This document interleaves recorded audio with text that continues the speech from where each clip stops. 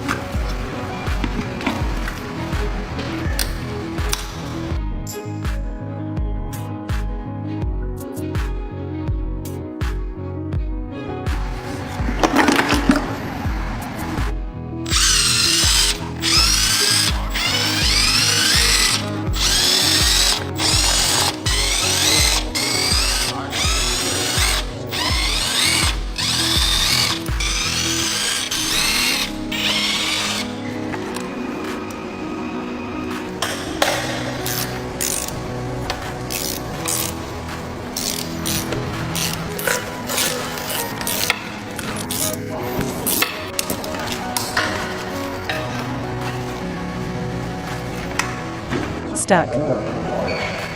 Stuck, so annoying.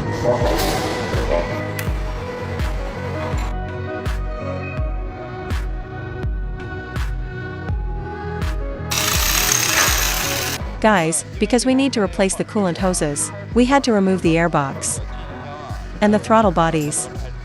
After removing them, we took a look at the 8 intake valves. The 8 intake valves, the carbon buildup on them isn't actually serious, but there is one issue that's not great. And what is that? Among them, 6 valves across 3 cylinders are showing signs of oil. See that? The reflection is so bright up there. Look at cylinder 1. Cylinder 2 is a bit better. The condition of cylinder 2 is better. Oh, cylinder 3 and 4.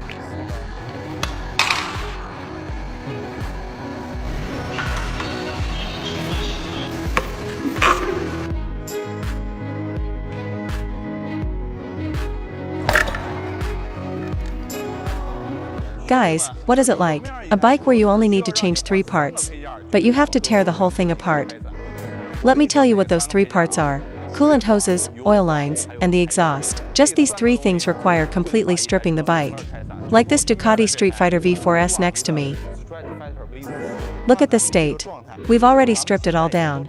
If you want to change the coolant hoses, you have to take off the upper part of the airbox, the fuel tank, and everything else. If you want to change the exhaust, you have to remove the subframe as well. The radiator has to come off too. If you want to change the oil lines, for example, to change a braided line, you have to take off the rear hub, the rear wheel assembly, all of that. I told the owner, I said, since we've already stripped it like this, should we just do a major maintenance? But I looked at the valve cover gaskets, front and back, there's no oil leakage. It's just that, less than 1,000 kilometers ago, this bike just underwent prep work. Since the bike was already prepped, we don't need to touch those other things. When we reassemble, we'll just take care of the cleaning as well.